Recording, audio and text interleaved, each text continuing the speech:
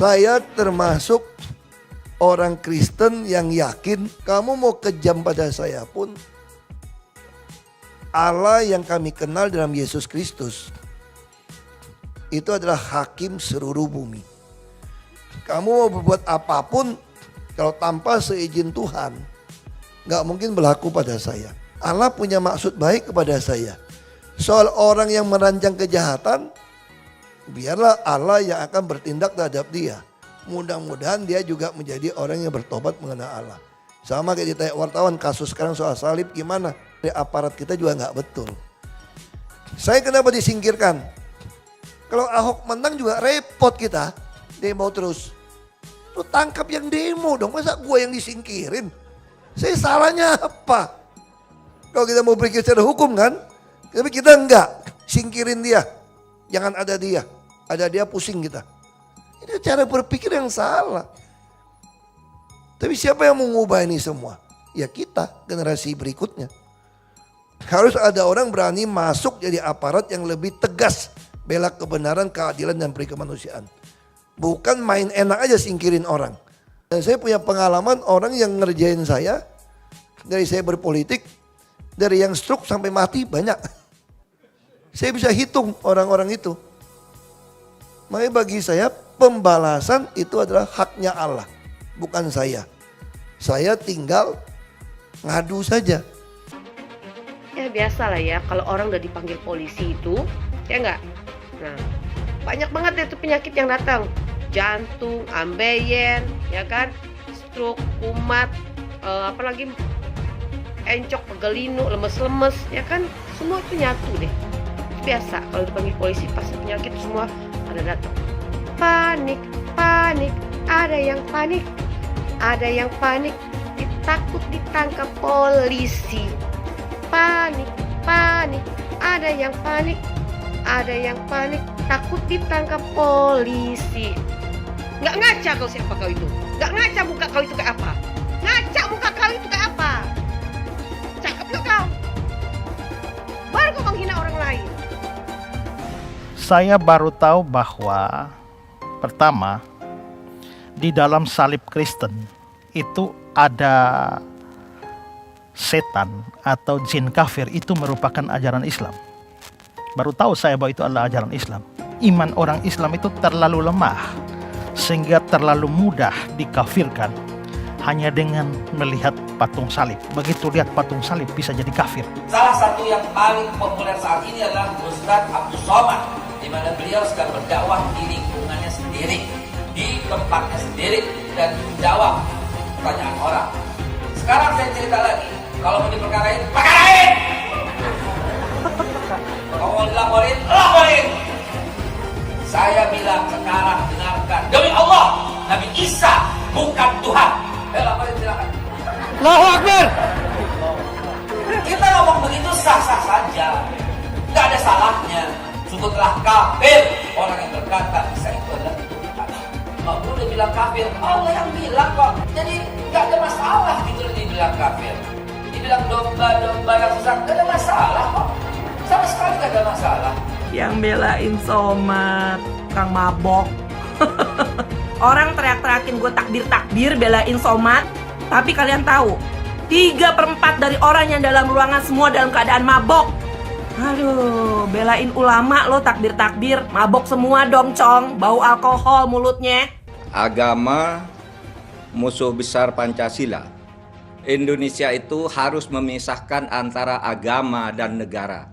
Agama dan negara kalau dicampur aduk, maka dua-duanya akan mundur.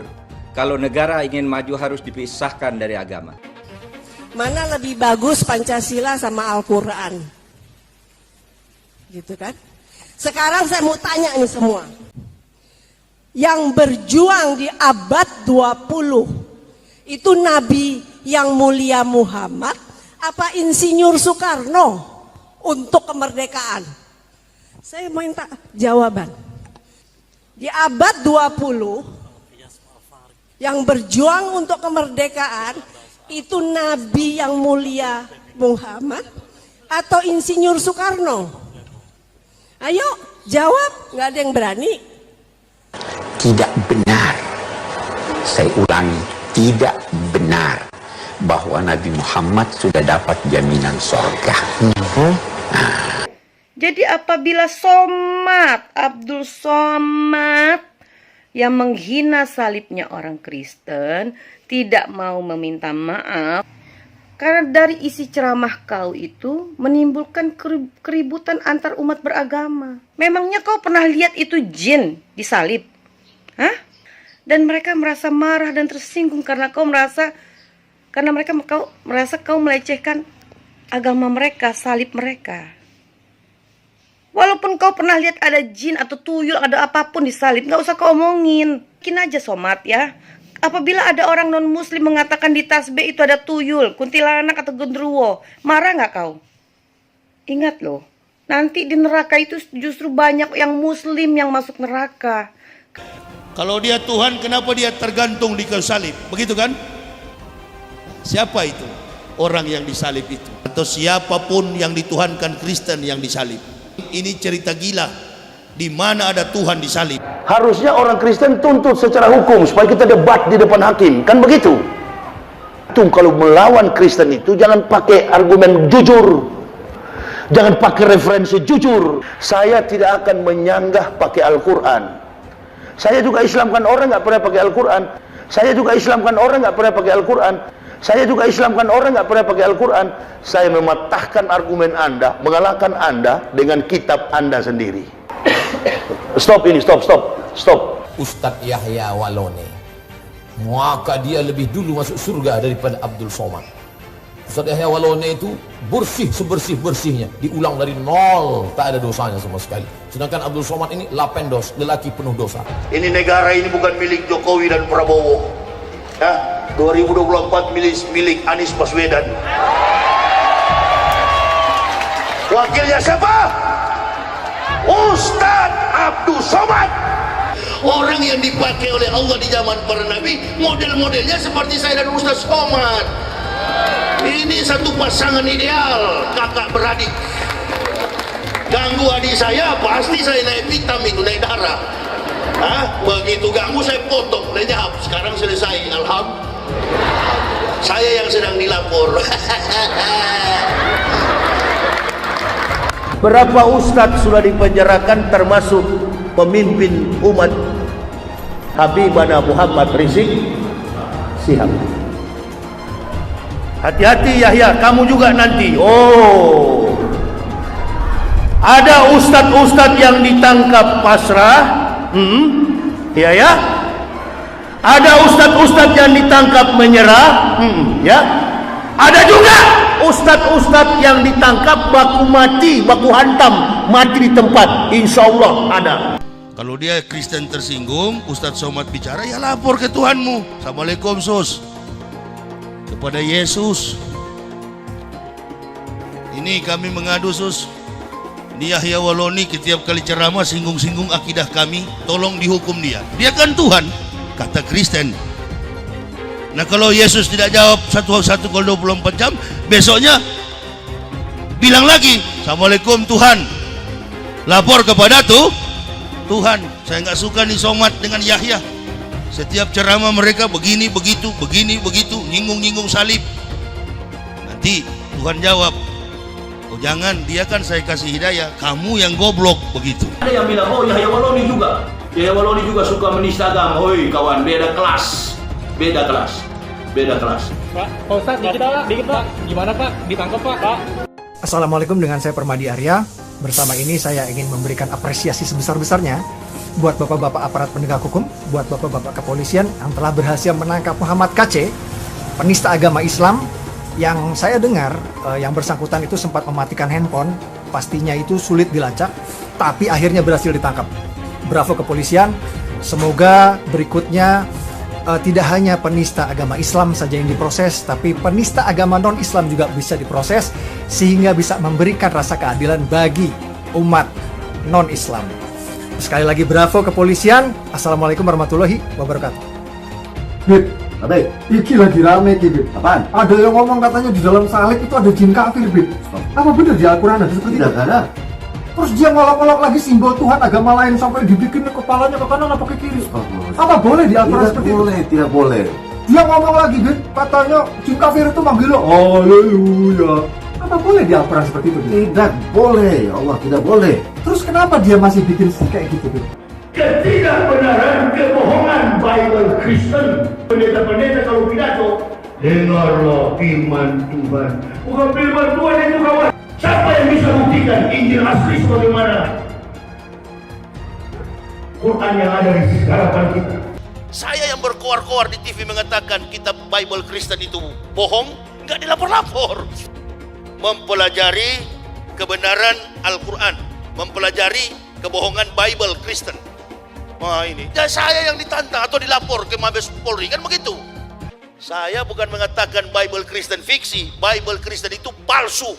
Biar Jenderal 100 bintang, kalau kafir kau ke neraka, tidak ada urusan. Kepenuhan Roh Kudus, Roh Kudus. Lapor lagi ke Roh Kudus, boy. Lapor Yahya Waloni bilang Roh Kudus, lapor. Dongeng tambah tahyul sama dengan omong kosong. Makanya di situ judulnya Matius, Markus, Lukas, Stefanus, Tetanus, Spiritus, Capticus. Lengserkan Jokodok, takbir. Siap serbu istana, siap serbu istana, siap ambil alih kekuasaan, takbir. Pancasila Soekarno, ketuhanan ada di pantat. Anak Tuhan dari mana? Kalau Yesus anak Tuhan, bidangnya siapa? Besok di seluruh wilayah Indonesia akan katakan dalam. Pernahkah Ahok itu kerasukan setan? Enggak, setannya juga. Karena sesama setan jarang saling menggoda. Setan. Karena di salib itu ada jin kafir. Karena di salib itu ada jin kafir. Karena di salib itu ada jin kafir. Haleluya. Tetap percaya salib itu lambang mulia, bukan jin. Kok ketawa? Aku nggak nyindir siapa-siapa loh. Saya nggak pernah mundur untuk kebenaran, keadilan, kejujuran, dan peri kemanusiaan. Gue nggak pernah mundur. Dan gue nggak pernah takut juga sama lu. Siapapun yang rasis, gue akan hadapin. Gue bilang. Karena rasis itu tidak berperi kemanusiaan. Sama saya ditanya dulu kan, kamu nyesel nggak statement kamu di Pulau Seribu sehingga masih masuk penjara? Tidak pernah nyesel. Karena saya mengatakan kebenaran. Hai teman-teman, saya mau memperlihatkan transaksi saya hari ini lakukan trading. Ini bukti transaksi saya untung $4.500 US, itu sekitar 68 juta rupiah. Semua keuntungan bisa saya dapatkan dengan fasilitas copy trading. Kalau saya bisa, kalian juga bisa guys. Oke, itu yang mau saya tunjukkan. Like video ini sekarang juga dan gunakan link di kolom deskripsi, maka kalian berhak dapat bonus kalian. Promo ini ada masa waktunya, jadi jangan ketinggalan. Bukan cuma itu saja, transaksi tidak dikenakan fee, baik itu investasi saham, trading forex, komoditas, bitcoin, dan lainnya. Kalian bisa melakukan transaksi berapa kali pun atau unlimited trading. Dan tidak ada fee sama sekali. Jika transaksi di tempat lain sudah berapa fee-nya. Setelah menonton video ini, ayo mendaftar sekuritas hari ini, gratis dan tidak ada minimal deposit. Pastikan kalian menggunakan link di kolom deskripsi untuk mendapatkan welcome bonus. Kalian bisa menggunakan bonus $10.000 di akun virtual untuk latihan. Bukan cuma itu, kalian akan dapat kelas trading online gratis senilai 3 juta rupiah atau $200 jika kalian deposit di bulan ini. Selamat menonton guys, enjoy! Hai semua, dengan saya Jonas Leong. Terima kasih banyak buat kalian, penonton setia yang selalu menonton di channel ini. Saya secara personal sangat menghargai waktu kalian. Dan saya sudah menganggap kalian sebagai family karena kalian selalu support di channel ini. Bagi kalian yang selalu menuliskan opini kalian di kolom komen, saya baca komen kalian satu persatu. Saya baca komen kalian untuk mengetahui opini kalian, tanggapan kalian, dan masukan kalian sangat berguna untuk video selanjutnya. Terima kasih banyak buat kalian yang selalu menekan tombol like di awal video. Video seperti ini membutuhkan waktu dan juga research. Dan ini semua gratis untuk kalian. Jadi pastikan kalian menekan tombol like-nya, supaya saya mengetahui kalian menyukai konten yang saya bagikan. Ada satu lagi yang saya buat selama di dalam istilahnya Ibu Megawati, saya di sekolah pesantren 2 tahun. Terus ada liburan, saya bilang nih ambil master program. Sebetulnya itu lebih tepat tuh S3. Saya sekarang gini-gini S3 loh, bukan cuma Pak Chandra aja S3. Tapi S3 saya itu ya siang sore silaturahmi maksudnya. S3 ya di siang sore. Ini juga bagian dari latihan ngelawak gitu loh. Kita ada show, orang bilang panggil Ahok apa BTP. Jadi Metro TV itu kan punya Kick Andy, Mata Naswa, Jadi mereka nggak pengen Ahok show biasa. Panggil Ahok terlalu kasar. Panggil Ahok ada bakmi Ahok, ada kue tiaw Ahok, ada martabak Ahok nanti. Lalu dia bilang panggil BTP. Kita diskusi, BTP itu apa? Misalnya bagian pertama kayak ngelawak, bicara tanpa pikir. Nah, itu BTP. Terus waktu lihat ada berita yang terbaru, namanya berita terkini populer. Terus selama saya di tahanan, saya menulis 615 halaman notebook sama 620 halaman ukuran A4. Jadi itu BTP juga, bicara tentang perasaan. Nah, itu BTP. Ada satu lagi, yang tadi saya tanya, bukan saya nggak mau nyanyi, nggak bisa ngiringin saya nyanyi masalahnya dia. Kami punya BTP juga, band teman penjara. Nah, saya baru bisa nyanyi kalau ada kuncennya, pawangnya. Karena saya nyanyinya naik turun. Nah, tukang ngiringnya bisa ikutin. Tapi saya tanya, dia agak ragu-ragu. Ya sorry, saya nggak bisa nyanyi, saya bilang. Kalau saya nyanyi, apakah ada lause nyanyi lagi? Tadi mana tadi ada lause? Aduh. Katanya saya ajarin pasti bisa nyanyi. Tapi waktu audisi di Metro TV, kan dites kan? Tesnya di dalam tahanan, lucu di Makobrimob. Coba nyanyi lagu Mandarin, wah nyanyi. Lagu Barat nyanyi, Indonesia nyanyi. Lalu si manajer acara bilang begini ke pemretnya, Bang, kayaknya Pak Ahok suaranya perlu undang guru yang bagus deh, dilatih gitu loh. Karena kurang pas gitu ya. Tapi kata Bang Don, kalau mau yang pas undang saja yang profesional penyanyi. Nama juga show-nya panggil BTP, ya lucunya di situ. Orang nggak bisa nyanyi tapi nekat, berani malu kira-kira gitu ya. Nah ini contoh, saya balik lagi di dalam tahanan itu, saya juga mikirkan setelah saya keluar, saya mau ngapain? Ini pertanyaannya nih, setelah saya keluar dari tahanan, mau ngapain? Saya juga balas surat di atas 15.000 surat. Ya hampir tiap hari kerjanya seperti itu. Tulis yang sama.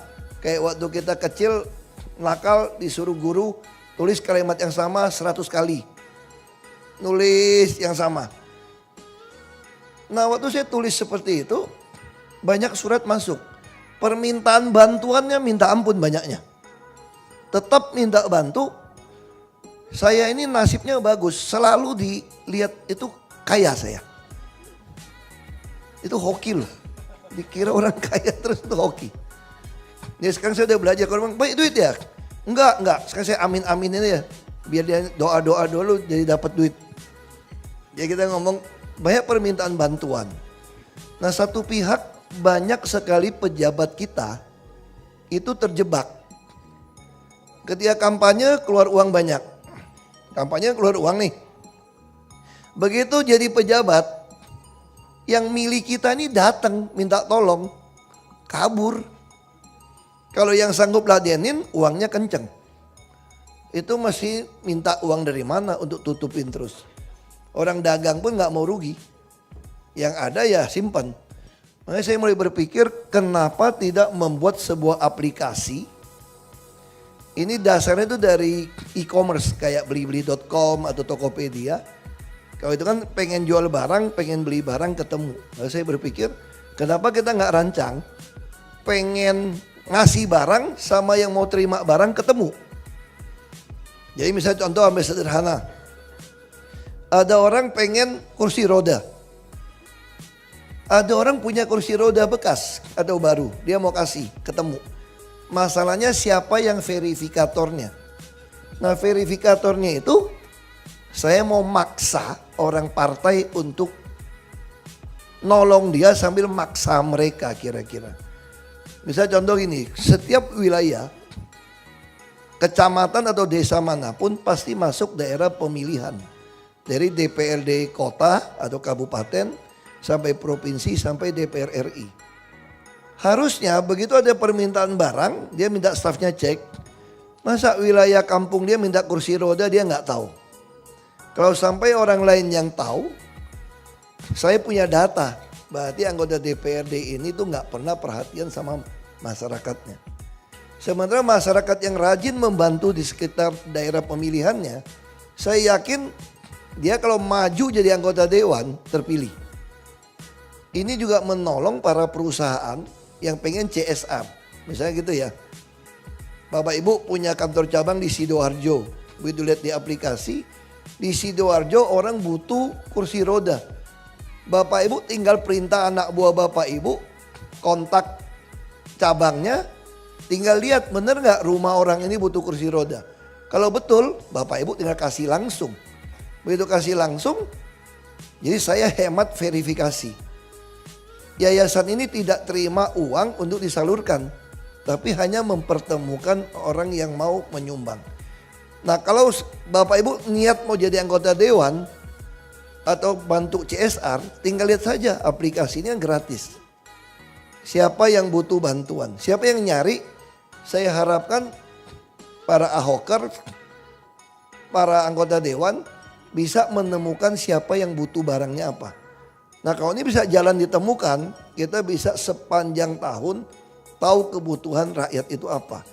Kalau sampai kebutuhan rakyatnya sama, saya akan minta DPRD menganggarkan. Supaya tidak minta belas kasihan orang. Nah ini kira-kira ide dari aplikasi Jangkau.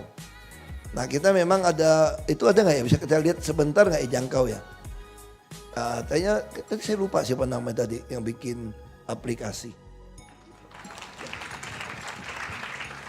Jadi di dalam tahanan saya mendirikan yayasan. Yang diajak siapa? Termasuk Pak Herman. Saya ajak supaya apa? Saya siap-siap ini yayasan ini bukan punya saya. PTP singkatannya apa kalau yayasan? Beri tanpa pamrih katanya. Ya sudah, kita bikin yayasan, kita cari auditor, cari anak muda merancang ini. Nah tadinya saya berpikir setiap bulan atau 2 bulan sekali saya akan bikin show panggil BTP itu off air. Kita keliling Indonesia, terima iklan, lalu penghasilannya itu 1 bulan itu kita akan masukkan ke dalam kebutuhan operasional yayasan. Rencana tuh seperti itu. Tapi ternyata saya nggak ngerti lah. Saya ini memang serba susah jadi orang. Saya mau ngajak orang bisnis, join pada bilang, waduh kita takut kamu orang politik. Ketemu pejabat, sama saya juga repot. Minta duit, nggak berani. Nolong saya kagak ikhlas. Jadi gimana mau kerja nih barang semua. Serba susah saya. Lalu saya bilang, kalau begitu jadi apa? Entertainer ditahan juga di TV. Saya kayak apa ya saya bilang ya. Kalau bahasa nggak benernya gini, udah kayak istri simpanan, seneng tapi nggak boleh dikasih tahu orang gitu loh. Ini bahasa jeleknya begitu. Ya sudah. Tadi Pak Chandra bilang ini polisi udah kalang kabut nih. Udah tambah ini, hanya Ahok acara apa? Katanya mau jadi wali kota Surabaya kali ini. Enggak. Saya enggak. Selain saya nggak kepikiran, saya tuh kelakuan apapun, saya mesti ada dasarnya. Bukan dasar berhitung siapa mau milih, bukan. Panggilannya ada nggak? Saya nggak ada panggilan mau jadi wali kota Surabaya, nggak ada. Orang bilang ke NTT mau jadi gubernur, panggilan, nggak ada juga. Saya tuh masih ada panggilan, ada arah jelas, lalu saya susun. Ini sesuatu yang, saya bukan petinju yang sembarangan tinju, semua saya hitung. Semua saya hitung. Kalau dibilang tidak masuk akal, ya itu simpan aja sendiri. Itu urusan saya. Tapi saya tahu persis kalau saya mau menuju ke satu tempat, saya merancang semua itu menuju satu tempat. Saya menyiapkannya. Waktu saya mau jadi gubernur DKI, belum bisa ikut. Saya bangun rumah gubernur. Sampai tukang bangunannya itu kontraktornya. Saya pesan sama dia, ini AC tolong 2x2 PK. Ini ruangan gitu kecil. Saya bilang saya mau jadi gubernur, nanti ini ruangan untuk konferensi pers. Karena kalau dipasang lampu cahaya gitu banyak, ini ruangan jadi panas. Begitu jadi itu rumah, ya pasang 1 PK. Kan teman gereja. Ini udah dingin Hok, dia bilang.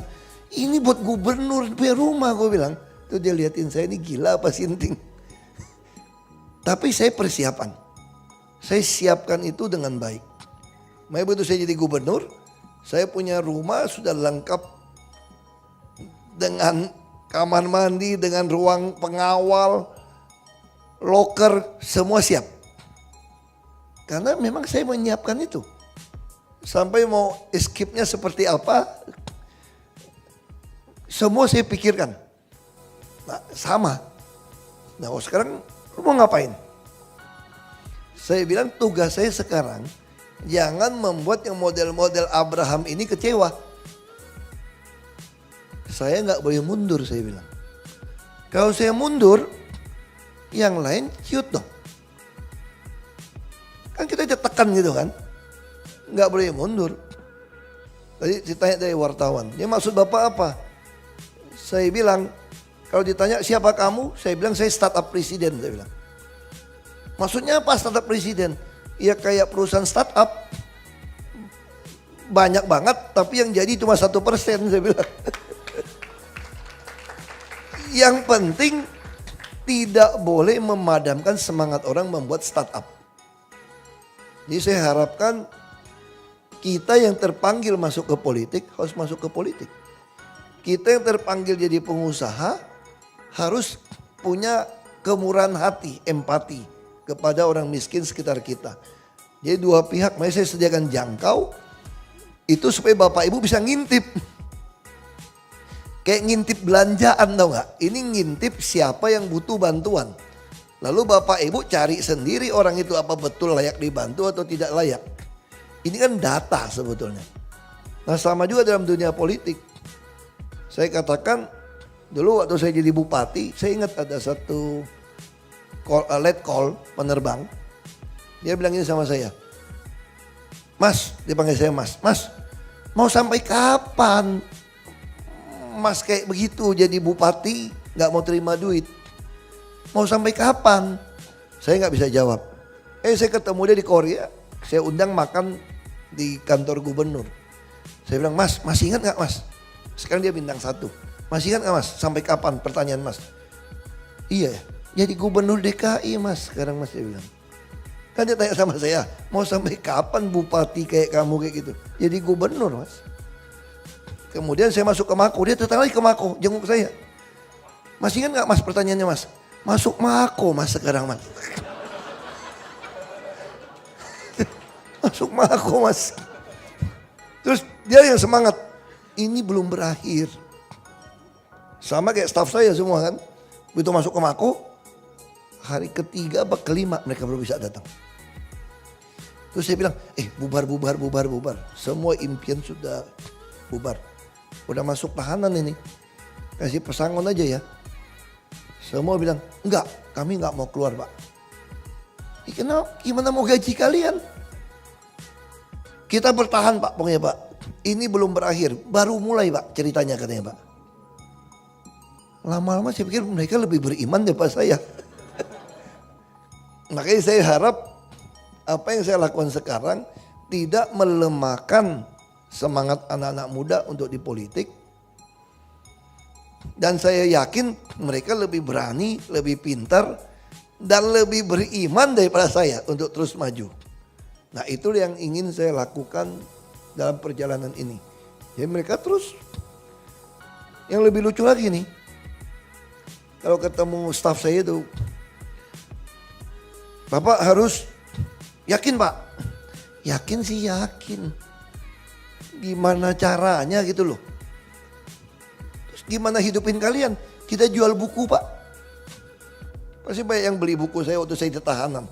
Itu tiap hari denda hukuman menulis. Pesan. Dari buku 250.000 yang tipis. Begitu dibuka kunjungan tamu semua bawa. Beli di Gramedia. Kagak laku. Datang tanda tangan saya kagak bayar saya kan. Cuma tanda tangan doang.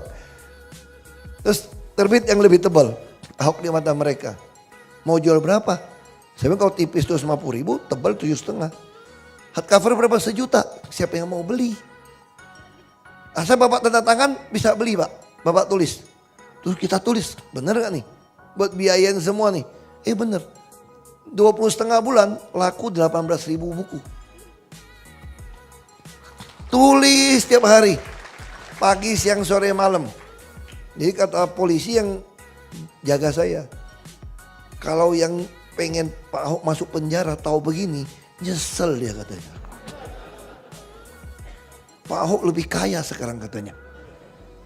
Lebih kaya setelah masuk tahanan daripada jadi gubernur, cilaka gak nih? Orang ini jadi gubernur lebih kaya, saya masuk tahanan lebih punya duit. Ya itu pengalaman. Lalu begitu mau keluar, polisi yang jaga bilang gini, kami bingung doanya nih Pak. Bang, apa doanya bingung? Soalnya motor kami belum lunas Bang katanya. Jadi kalau abang keluar terlalu cepat kami bingung. Tapi Tuhan memang baik, dengerin doa mereka. Keluarnya 20,5 bulan, udah pada lunas tuh motornya. Dia kredit. Itu pengalaman saya di dalam tahanan. Kenapa bisa lebih untung masuk dalam tahanan? Buku saya sekarang lagi diedit di Gramedia. Itu hasil tulisan 615 halaman tadi. Ini akan menjadi dasar show di Metro TV Panggil BTP. Yang bicara tentang perasaan. Ini sebetulnya adalah psikologi positif. Apa itu psikologi positif? Kalau saya singkat kira-kira gini. Kalau kita menghadapi suatu kesulitan atau masalah. Kesulitan itu bukan untuk menjatuhkan kita, tapi buat promosikan kita. Bukan menarik kita mundur ke nasib kita, tapi mendorong kita maju ke nasib kita. Destiny atau ya takdir kita. Itu yang saya alamin. Saya masuk penjara, lebih ngetop loh daripada sebelum masuk penjara, betul gak? Belum masuk penjara gak ada yang kenal saya. Saya waktu liburan kemarin, jalan-jalan 5 bulan. Gak ada orang yang jalan-jalan kayak saya. Kayaknya di Republik ini tuh takut kalau ada Ahok dekat pemilu. Mungkin ya, jalan-jalan ada orang Korea yang ngantar saya mana-mana. Hari terakhir saya pulang mau ke Jepang. Dia bilang gini, Pak boleh nggak saya as favor itu apa ya? Minta tolong lah. Untuk apa? Tolong apa? Saya pikir tolong apa? Nggak mungkin minta duit orang asing gitu. Saya mau minta foto. Saya udah mau check in mau masuk ini. Sebelum masuk ke dalam minta foto. Ini orang Korea, sopirnya itu. Udah foto, kenapa? Mama saya mau tunjukin ke mama saya bawa bapak. Mama saya setiap malam mendoakan bapak. Orang Korea. Saya kaget, kok bisa kenal saya? Tuh dia tunjukin YouTube. Jadi saya baru tahu YouTube kalau di Korea ada terjemahan Korea juga, lucu loh. Di negara mana iklannya negara itu. Dia kasih lihat. Kami tahu pergumulan bapak, dia bilang. Makanya ibu saya selalu doakan bapak. Ini menarik gitu loh. Jadi saya katakan ini promosi. Nah ini show ini itu jadi sebuah tulisan yang baik. Tapi jangan khawatir gak jual 1 juta lagi tuh buku. Gramedia akan jual. Tapi mintanya cukup lumayan pembagiannya nih. Kita akan mungkin jual 250.000. Tapi buku itu buat eksklusif 600, mungkin 660-an halaman. Jadi itu bukan sifatnya catatan harian, bukan. Saya minta tim psikologi, anak-anak muda, membaca tulisan saya, tulisan tangan ini. Pergumulan saya dari masuk sampai keluar. Lalu mereka temukan di mana titik stresnya, di mana titik bangkitnya. Jadi kalau istilahnya orang psikologi, kalau kita di titik paling nadir, stres paling nadir, kalau kita nggak bisa balik, kita tuh gila. Jadi orang kalau sampai turun titik paling rendah itu, kalau dia balik, dia hebat. Kalau dia nggak balik, jadi gila dia. Jadi ini istilahnya kita bikin dari 0 sampai jadi 0 to hero lah kira-kira gitu. Dia rancang, ini lagi di edit terakhir dari Gramedia.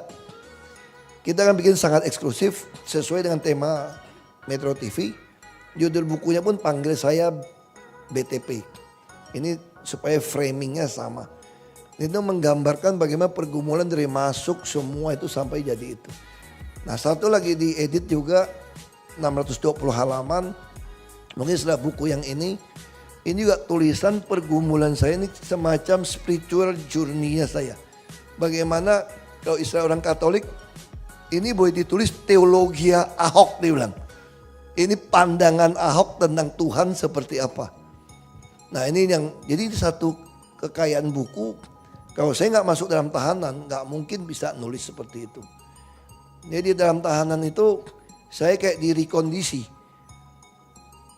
Kalau yang suka main alat berat, namanya rekondisi itu alat berat. Di repair. Kenapa? Saya jadi tiap pagi pasti nikmatin matahari. Jemur. Tiap pagi pasti olahraga. Setiap hari pasti tidurnya jam 10 malam. Bangun jam 4. Yang keempat, tiap hari makannya sama. Ini jam segini baru makan. Di sana kami jam 5 sore sudah makan. Paling telat sebelum maghrib sudah tidak makan. Jadi kami ini puasa 12 jam kira-kira gitu. 11 sampai 12 jam. Sehingga waktu jam 10 malam tidur, perut kami sudah kosong. Itu bisa disiplin seperti itu. Baca, yang betul-betul dibaca buku dikasih pensil warna itu 58 buku. Kalau buku yang setengah baca nggak habis, saya nggak tahu berapa tuh. Orang kasih buku ribuan. Jadi saya tinggal lihat daftar isi, kata pengantar belakang, ini kurang menarik, udah buang aja, langsung bukan buang, kirim pulang. 58 buku, tulis, balas buku, balas surat, nggak pernah seumur itu seperti itu. Dan yang keenam apa? Punya teman-teman tadi.